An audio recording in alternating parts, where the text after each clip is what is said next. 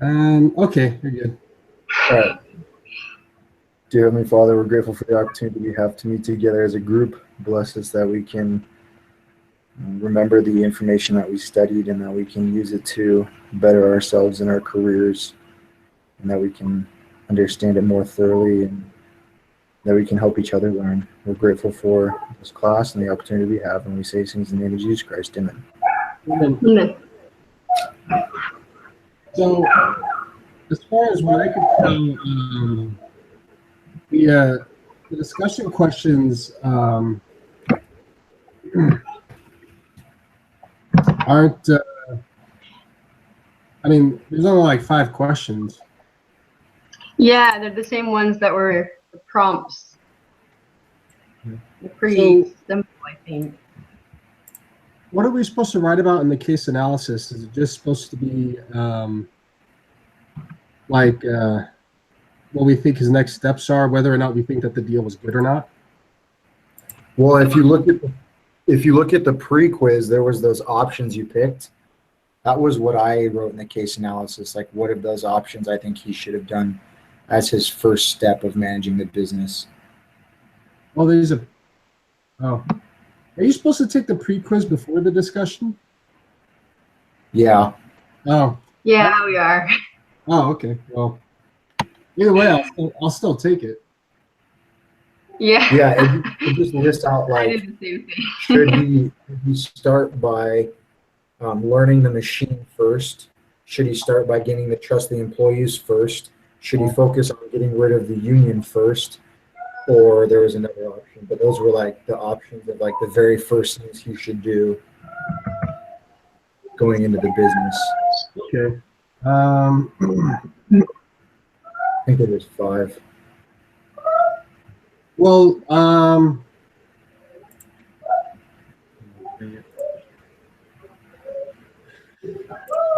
So should we just start from the first one? There's only 5 questions, but yeah, it says assess the venture from Jim Sharpe's perspective.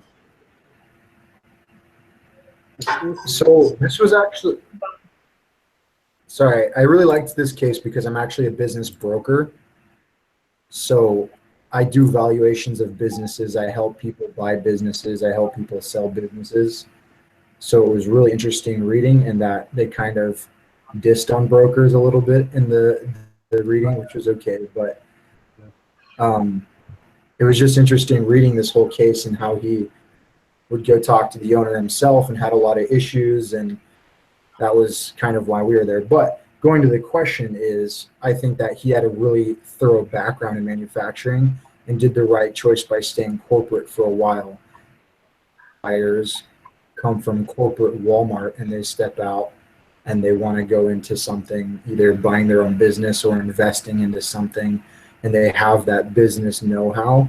And so at least at a high level, he was really qualified for it because he had all the manufacturing business experience. I think that's an interesting point because from what I read, it's that, he does have a lot of experience with manufacturing in a sense, and he learned a lot of lessons. I think there's like 9 lessons. Yeah. More about like being able to cost structure, know how and where and when to cut costs. And he also was pretty adaptive to some of the different areas, like because he had to go into different different areas of business. And so when he was trying to find a business to buy, he really wasn't very concerned about like what type of business it was at all. So right. His main criteria was only like how much it would cost and how much control he would have of the company. So do you think that that's kind of a bad thing? Because one, he doesn't know anything about aluminum. Yeah. Like extracting aluminum. I don't know exactly. We don't even know what it really is. And like his first introduction to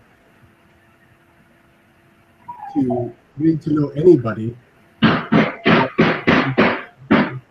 owner said, "Yeah, goodbye, everybody," and he doesn't even know how to work the machines. Yeah, I thought it was really alarming that the owner had so much control over the whole thing. I mean, he wouldn't let him talk to anyone in the company. That's a little crazy, I think.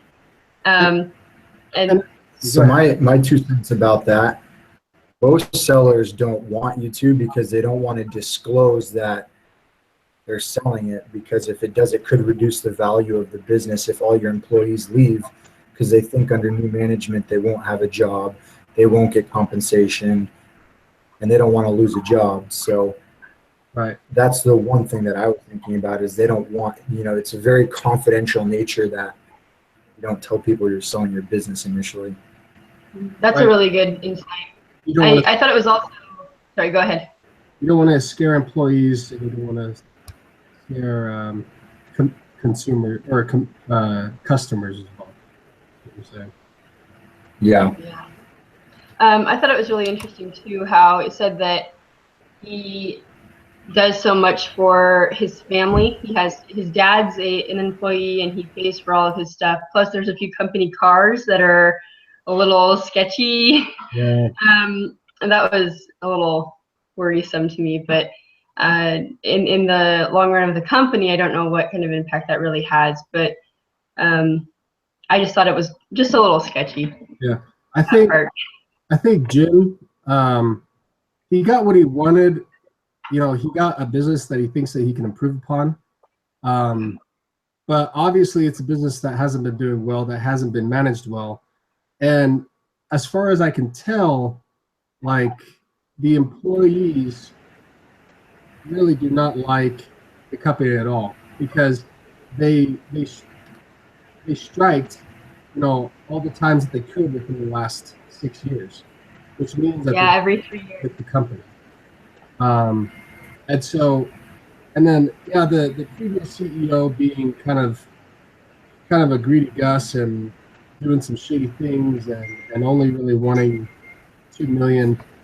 I think Jim has definitely gotten into something that he doesn't fully understand. I don't know. Yeah, I actually saw based on Jim's salary, his resume, I saw the opportunity with the union, the Teamsters, to be a possible strength. I think he could really turn that around with his experience with unions previously, whereas the owner before really has, you can tell, a negative outlook on the Teamsters and the whole situation, and obviously wasn't willing to really negotiate with them. So I think Jim has a real, he could make that a plus, I think. And at first it may be slow, but there's no reason for a union to be striking every single time a renewal was wrote up, Right. I think it's important that he just gains the trust of the employees, because if you do that, then it's less common that the union would strike, because your employees are happier. Yeah. It just feels like they didn't trust the previous owner enough to get what they wanted. And he talked about not really having any benefits in place either. He just goes with the union. Well, if he had that established and had the trust of the employees and had, place, it would eliminate the need to really have to negotiate a ton with the unions, I think. Yeah, he does the minimum, or at least the last CEO did. So if we're going to analyze it from his perspective, I think Jim has the capability to turn it around. I think he has the experience and the know-how. I just hope that financially things just don't come back to bite him, because it's pretty crazy financially. Yeah, it's kind of all over. I had a little bit of a hard time understanding the spreadsheets and how they correlated with each other. I don't know.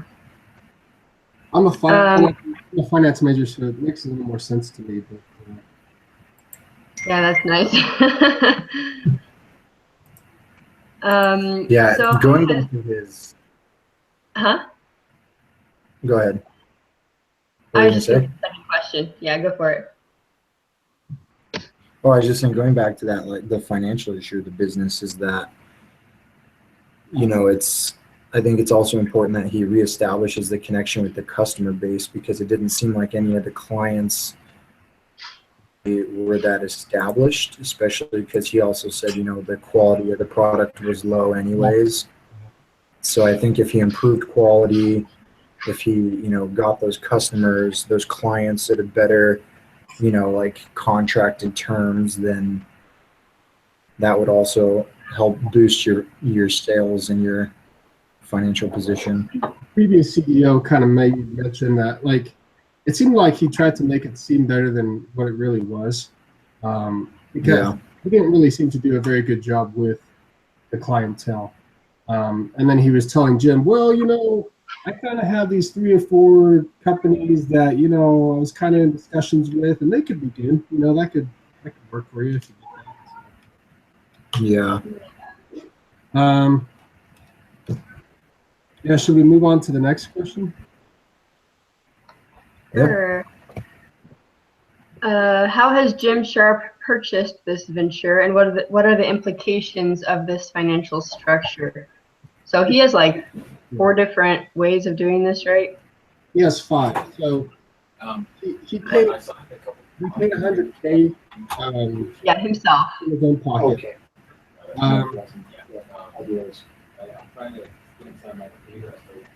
I did a set there so that just in case you have any I just have to do something first. Yes, which is good. I want to do that for the next time.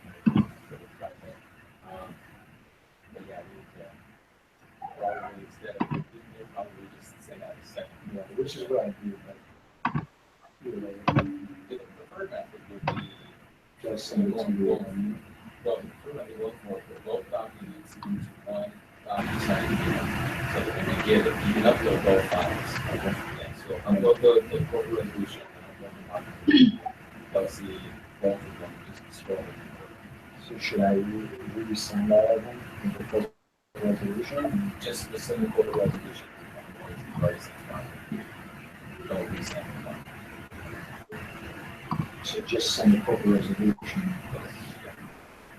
But again, I think they're all out now because I got that man from John. So everything.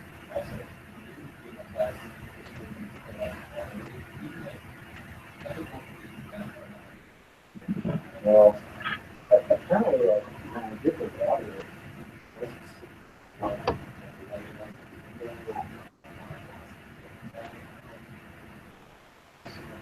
they said they want to do it with that.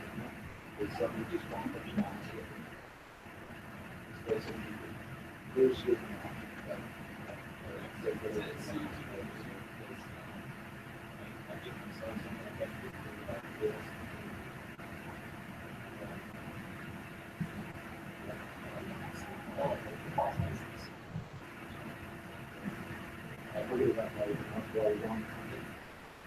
When are you leaving? Yeah, Lewis was like wanting you to ride with him.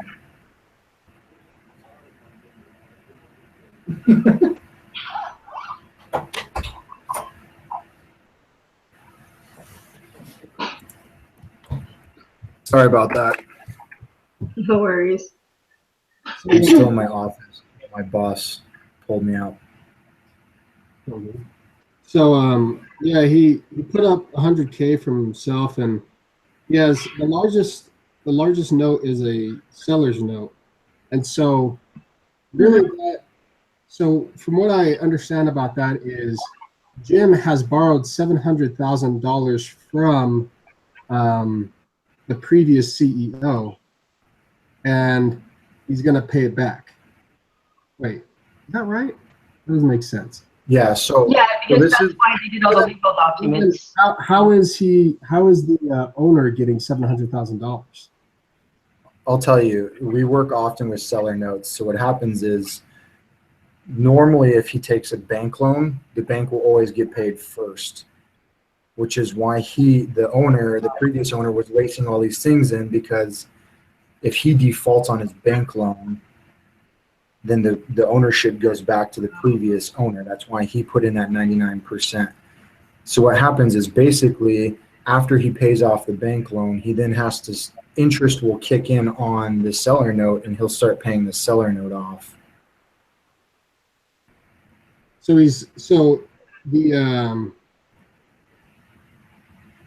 the previous owner, he's only collecting interest on, well, he's collecting principal and interest. He won't collect principal until the bank gets paid. Right. And by the time the interest will accrue and the payments won't start till the bank is paid. And then the day the bank's paid, all that interest before gets accrued in the first principal payment. Actually, generally they put it in the last one, but then he starts getting paid after that. And I know sometimes principal can become more expensive than the principal.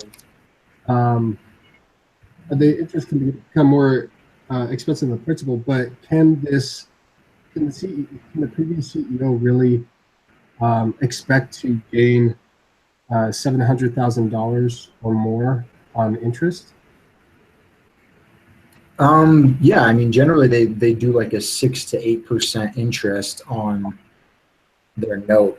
So they're getting the business for $700,000 less. So he'll receive 1.3 million for the business up front, and then after the bank's paid, he'll be get payments for however many months he's set up for $700,000 plus interest.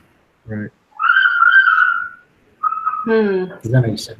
Yeah, I think it's just a little odd because the previous CEO, he's trying to sell the company, but in turn he gave $700,000 for this person to buy his company, and so he's at a loss right now of $700,000, and the only thing he's going to be gaining back is interest. Well, no. So he's not actually giving him money; he's just not receiving that initially. Does that make sense? Oh, I see. So he's going to get 1.3 up front, and he's just going to say, okay, you don't have to pay me 700,000 of it until later.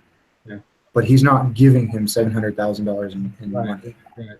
He's saying, I want $2 million, but 700,000 of this, you don't have to pay me up front. You're just going to pay me an interest on it. Correct. Over a certain amount of months after the bank.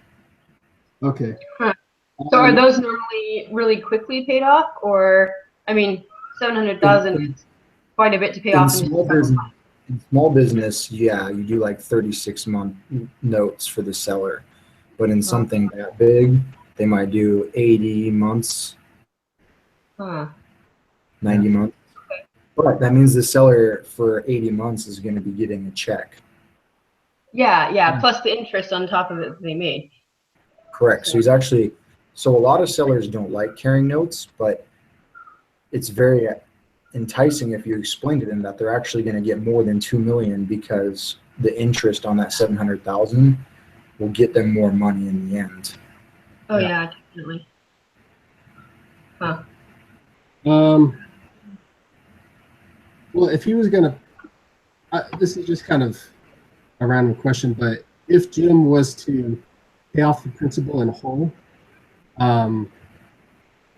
like if you just gave him $700,000, then he wouldn't have to pay that interest, right? That's just like amortization. Yeah. So normally in the contract they write, if you have like 3 months, if you pay off the whole 700,000, then no interest is kicked in. Yeah. Oh wow. So then now he's doing a 540 6-year non-compete. Do you know what that means, Zach? The non-compete one? I didn't see that in the definition. Yeah, I didn't. What was that? Do you know what a 6-year non-compete loan is? Yeah, so we also deal with that a lot. So when the seller sells, what he says is for a certain number of years in a certain radius, I won't build any business that's in the same industry as your business that would compete and potentially take customers away from you. So for 3 years or 4 years or 8 years, he can't work or own any business that is in the same industry classification as the business he just sold. Okay, and he did that because the owner was paranoid about him going bankrupt and whatever. Or Well, every sale does that, because the new buyer doesn't want the old seller to go in and say, I already have the relationship with all these customers, I'm just going to go and take all your business. And the new buyer is like, well, now I just have a failing business. oh, okay. Okay. They don't want the old seller who has the reputation, who's been in the business for X number of years, to come in and just start a new business and get a lot more money. So, Oh, okay. I thought it was for more for Jim. I thought that in the case it said that it was that Jim couldn't go buy more companies, but that makes a lot more sense. I was wondering about that. It's so that Jim's protected a little bit. Okay, got it. it was protected for 6 years, and so would Jim have gotten this $540 from $540,000 from a bank? What was that? Yeah. Would he have gotten this $540,000 from a bank? Generally, yeah. So there's an entity called SBA, called Small Business Association or something, that the government promotes, and certain banks use SBA loans, and SBA loans are from anywhere from 200,000 to 2 million. And the reason banks like doing SBA loans is they're completely insured by the government. So if the bank falls through, the government will pay them the money back. So banks like to do SBA loans more than a standard loan. But an SBA loan has to be approved by the bank and the association. I see. So now he's doing a $510,000 term loan. So you repay that in 6 installments for a number of years. So it's just not upfront money. Jim will just pay that in a certain amount for a certain period of time. Right. So generally what they do is the bank will write a check and give it to the old owner. So he gets the money, and then the bank will say, okay, new owner, you have to pay us back for the check we gave to the old owner. Oh, really? Yeah, that's how SBAs work. So I can't pay 300,000, let's say, I can pay 100,000. So the bank will write a check to the seller, give him 200,000, so the seller makes 300,000 with a check, but I have to pay the bank back instead of the seller paying the bank back. It's like a house, right? Isn't that every loan? Yeah, it's just like every loan. Okay. And then the revolving line of credit at 197,000.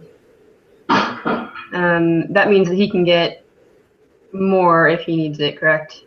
Well, so is this for Jim or is this for the CEO, like the previous CEO? That's for Jim to use to buy stuff and pay for the business. He gets a credit line.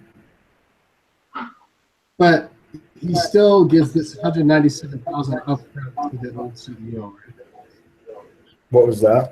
He still gives us 197,000 to the old CEO, right, upfront. That part I didn't understand. They said that to buy out the assets, he had to pay that, but I don't know if that goes to the CEO. I'm not sure on that one. See, I thought it was like revolving line of credit. It's like a credit card, right? He took that out of his revolving line of credit and gave it as part of payment, correct? So it would go. Yeah, I don't know if he's paying like a bank that has a loan on the equipment, or if he's paying the seller to buy the equipment from the seller. We don't have enough information to know if the seller owns all the equipment in the factory, or if he has a loan, like an accounts payable, that's paying for the equipment, and he's using that to pay off the accounts payable, if that makes sense. Okay, yeah. So what are the implications of this financial structure?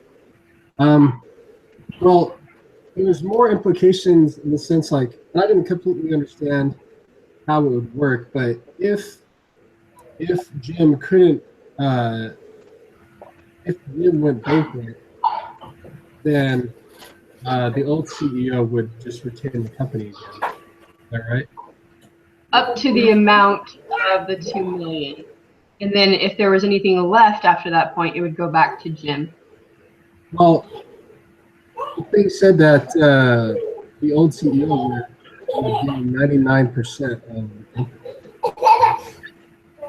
Yeah. So up to the sell price. Because the reason why they did that is because the old owner wanted that coverage, the peace of mind that he would actually get paid. And so if it were to go into bankruptcy, the 99% would be his of the company up to that 2 million. And then at that point, it would go back to Jim and he could continue with the company, under bankruptcy, you can continue with it. And I think that would be the case. But at that point, if there was anything left to pay, it would be up to Jim, and that's where his house would be on the line and all that stuff, from my understanding. What do you understand about that whole deal, Zach? About which part? Just remind me. About if it fails, then the old owner retains 99% of the company. Yeah. So when a seller carries a note, generally in the note it'll say something along the lines of, if you fail in the business in a certain time period, the previous owner will acquire the business again.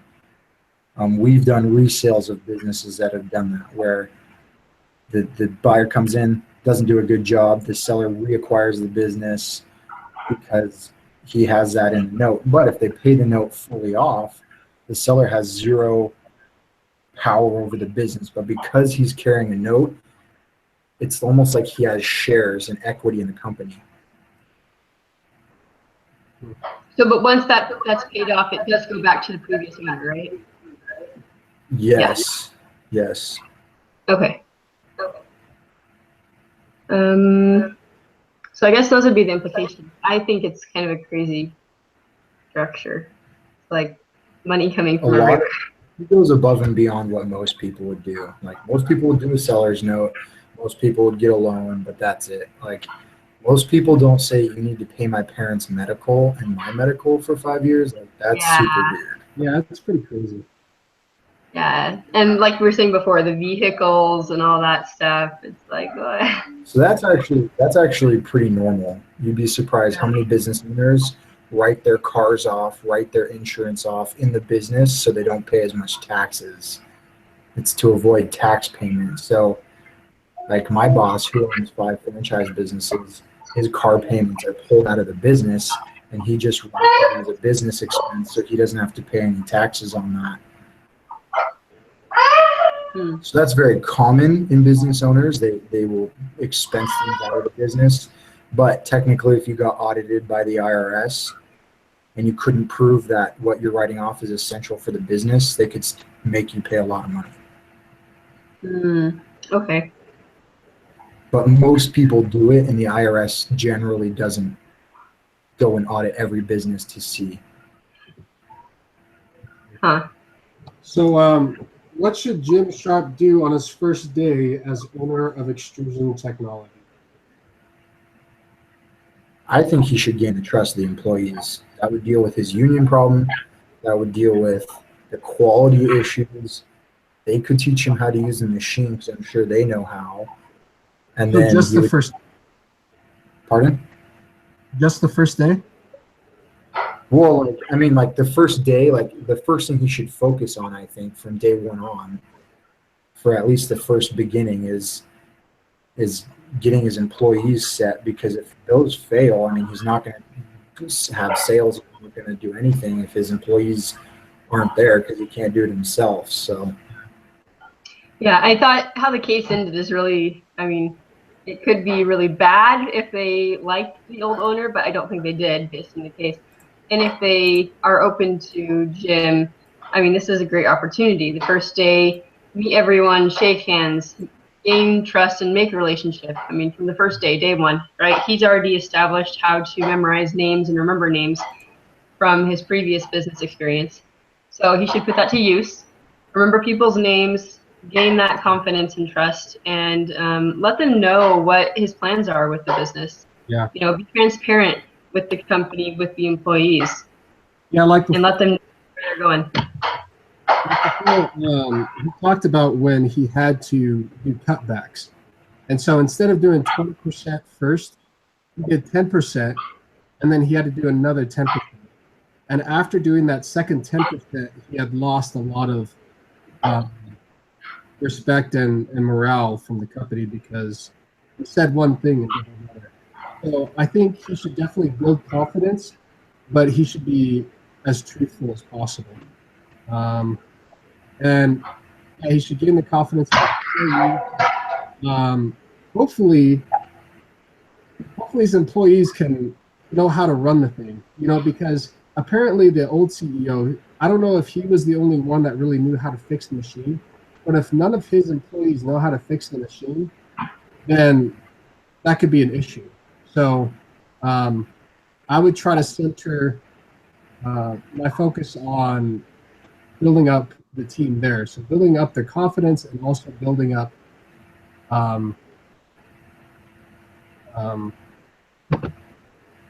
my confidence in what they can do.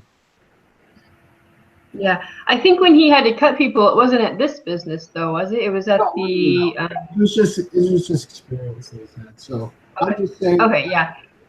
I'm just saying that he shouldn't be saying one thing and eventually do another. Yeah, definitely. So he shouldn't be like he shouldn't overestimate anything right now to his employees. Because what if he has cutbacks? Yeah, definitely. Generally, what they do is a new owner will let everything run how it is for like 3 to 6 months, and then they'll start cutting people because they want to see like who's the weak link, where all the issues are, because he's only seen the issues on paper. He hasn't seen anything in action. So that's generally what they do is they let it run for a little bit of time and they observe, and then they'll come in and put their own ideas into it and change it. So go for it. I was just going to read the next question. Go for it. What should his action plan be for the next 6 months? Next 12 months? What should his priorities be? So I think, we're on the same line, same track with this, but in the Excel sheet, it talks about the building itself and the machine costing $200,000 every year for fixes, and how he could buy that new one for $250 or the parts or whatever, and it would last a lot longer.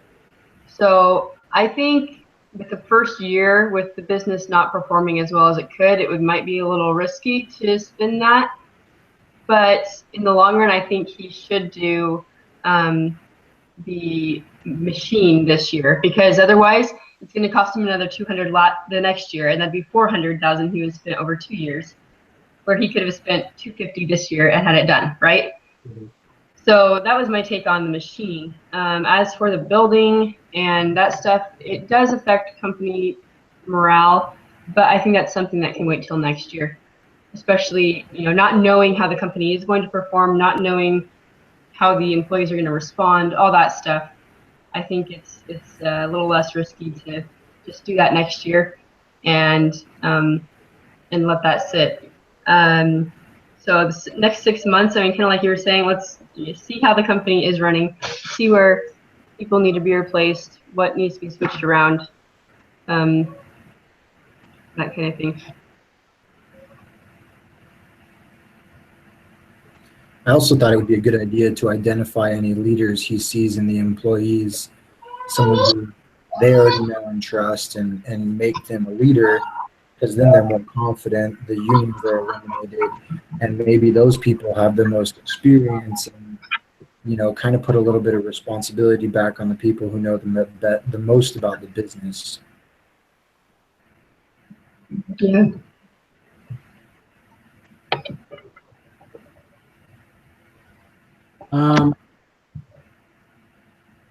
So yeah, I was thinking definitely in the first 6 months he should do as much as he can to understand the process of the business. Because for one, he needs to improve quality. He needs to improve when things ship out. He needs to improve the morale of his employees as well as his consumers. So part of that is understanding as much as you can about the manufacturing process for the first 6 months. And I think it's very possible because he's done that before. He's had to understand how things work, what time and when they are finished, when orders get filled, that kind of thing. He can do that. And the next 12 months, I think, should be dedicated to making those improvements. So after he understands things, yeah, buying a new machine, making leadership calls within employees themselves,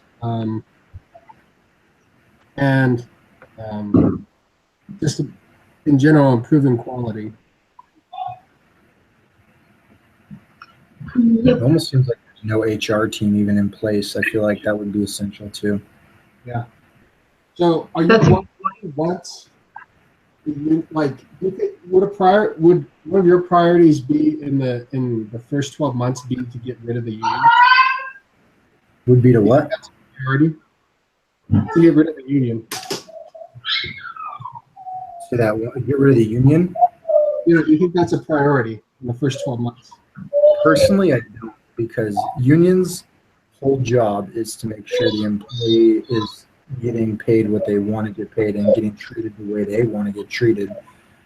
So I think that if he made the employees happy and understood them and helped them and worked with them, then the unions would be a lot easier to work with. Again, I've never dealt with a union, but that's just my 2 cents about it. I agree. I think, like I said before, I think he can turn that relationship around. I mean, it's a brand new slate. He's going to bring different ideas and stuff to the company, and I think he can do well with that. Yeah, unions are hard. I was an EMT for 5 years, and we had unions within our county, and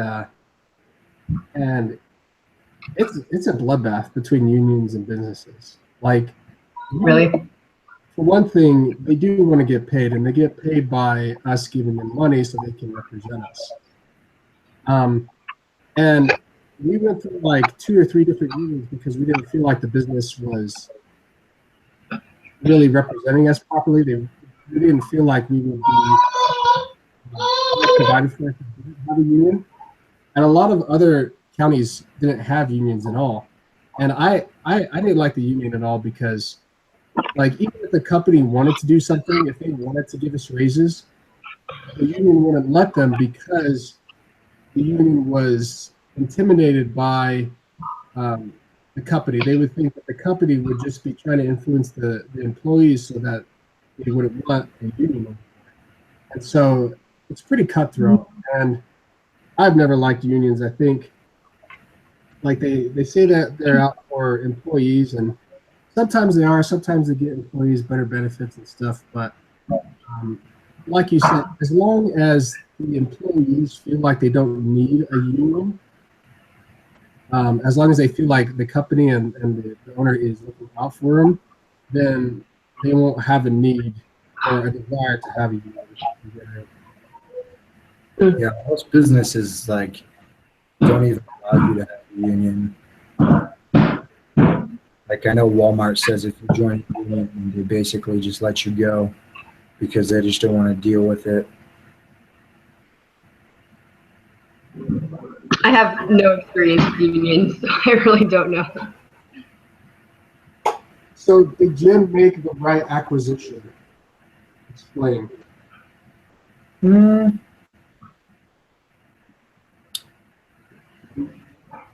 I think overall, yes, but a little part of me says no because of the dollar amount. Just because he invested so much money.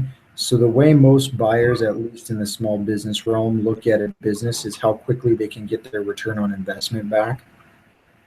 And the business isn't very stable right now, so he's going to have to wait a long time before he gets his return on his initial investment, which is 100,000. But you also have to take into consideration the debt equity that he acquired with the loan. So yes, because I think he could drive it better, and I think he has the know-how, and I think he has the expertise and the passion. But it's hard for me to, I mean, it's possible that he gets his ROI back, but that's what most buyers look at is if I put $50,000 back into the company, how long is it going to take me to get $50,000 back? Yeah. So I agree. I think he probably made the right decision. I think he got the things he was really looking for, but I'm not sure that he did think those things out completely. If he, like in the Excel sheet, said that if there was a downturn in the economy and he was making 0% sales growth, from my calculations, that would put him negative for like 6 years. And I mean, that's not what you want. So, I mean, if anything goes wrong, it's really not going to go great for him. But I think overall, I don't know that he was looking for, I mean, obviously he's looking for a return on investment, but I'm not sure that he was really looking at that. You know what I'm saying? Like he was looking into buying a business and having it his own, right? And so oh, sorry. Yeah, go for it. I was just saying, in the business brokerage world, one thing we always say is you don't ever try to sell someone an opportunity, you sell them a job. So, you know, I think he bought an opportunity and not a job because there's so much risk involved that it could potentially be a really amazing opportunity and you could get a large benefit out of it, but he didn't buy a job, right? He didn't come into something stable enough, in my opinion, at least, that would give him the ROI and the comfort. I agree. And in the sales models, I'm trying to pull it up for the industry. The section that he is in is like, I think the numbers were like 83, and that was on the lower end, whereas the rest of I'm trying to pull it up. My computer's moving super slow. The rest of the industry in aluminum stuff and consumables, I think it was like doing 1,000 plus, right? And so he's way low in the industry as to what he's making. Maybe if he changed out his product, it might help, but it said something about bringing back heat sinks, which, I mean, that could be great, but I just don't know if the industry, it's performing and it's stable. It's not as volatile as those higher, the industries above him bringing in higher money. But I think, I mean, that's definitely something to look at. You know, his section in general doesn't perform as much as others. I'm trying to pull that up, sorry.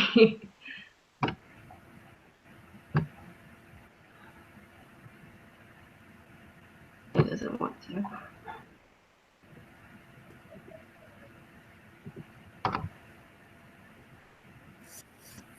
Yeah, I don't know. If I get it up, I'll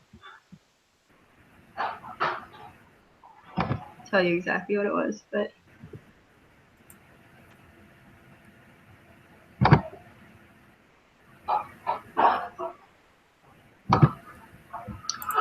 so is there anything else? I just want to know, what did you guys get for your debt and equity ratios? Because I think my spreadsheet's acting weird.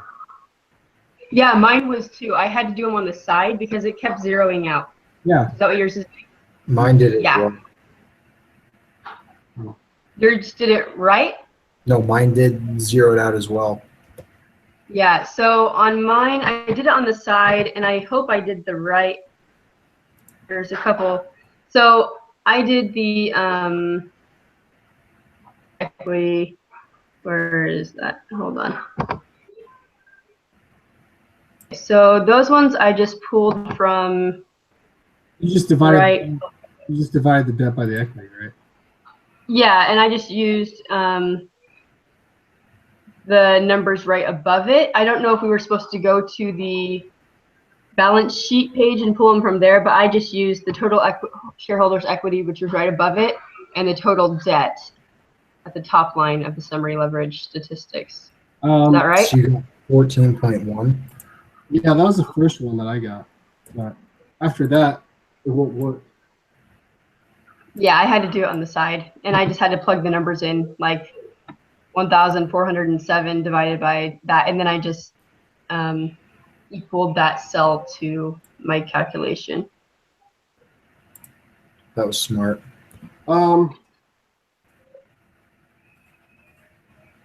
Question. Well, we need the summary, but as far as the pre-quiz, what did you guys choose as far as like what he should do? I said work with the employees. I haven't done it. All right. Probably should. So I guess in summary, I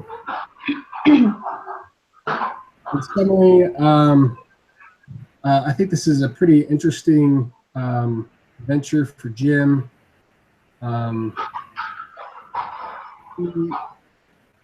The way that he structured everything is a little confusing. I don't know. I think he could have gotten a better deal. I think that was obvious from the fact that the original buyer, it seemed like he would have, like if Jim was a little better at negotiating, he would have gotten a better deal as far as the company goes. So I don't know how safe Jim is. Again, I think he has all the capabilities to do well in the company. So as long as he does do well, as long as he pays off his loans, then he won't have to worry about the other previous owner taking ownership again. And I think most of us agree that the first thing that he needs to focus on is building his team. He needs to kind of gain confidence within the employees themselves. He needs to understand the company and the manufacturing process in that company itself more fully on a more dynamic note. And I don't know if Jim necessarily made the right acquisition. I think it's okay. What, dude? You got great thoughts. I think he definitely could have gotten away with a better deal. What do you guys think? In summary. I agree. I think from his perspective, I think it's a good deal. I mean, he got what he wanted, right? But I don't know that he's fully ready for the things that may come at him, especially with all the debt and the economy waivers a little bit. That could be pretty scary for him. He's taken on a lot here, especially with the nature of the Teamsters, right? The union. So I mean that situation needs to turn around quickly, or it would be really bad. You want to wrap up? And priorities should definitely be the relationships with the employees and just building up a better rapport with consumers and those who buy his products, get sales up, get everything stable that way. I wish there was a follow-up to this. I don't know what actually happened. Yeah, and I think the whole question is, I mean, he definitely got what he wanted. but he did it at the right price, you know. Yeah, I don't know. I mean, he had to go up $250,000 more than he thought he should. So I don't know that he. I agree. He could have probably made a better deal if he would have kept looking. I don't know how much time he had to keep looking though. He had 18 months, right? Yeah. That's So right. do The business broker. you want to add anything to the summary, Zach? Yeah. Like I said, I think he bought an opportunity, not a job. And I think he bought a very high risk opportunity. He has the potential to grow it, but I don't think, with the loan and carrying such big notes, that's too much debt equity that he's having to carry on for only investing $100,000. It's going to be really hard to get his return on investment back. But I definitely think the first thing he needs to do is work with his employees, and then shortly after that, learn the machine. And if the unions continue to be an issue, I don't even know. That's too many issues already coming out that I feel is too risky. Agreed. But Overall risky. as a business broker. Yeah. So what was it that he said why he didn't want to use business broker? He said because you have to basically do everything through the broker. We're an intermediary. So you have to talk to us rather than going straight to the seller. But the good thing is with a broker, we can tell the seller, hey, doing all this stuff is stupid. And if you do this, basically we make sure the buyer knows everything so that the buyer's not surprised coming in like, oh, he's going to make me pay his dad's medical bill out of the business, Yeah. Mhm. All right. Good summary. Anything else? Yeah. I think it's good. I appreciate you guys meeting a little earlier.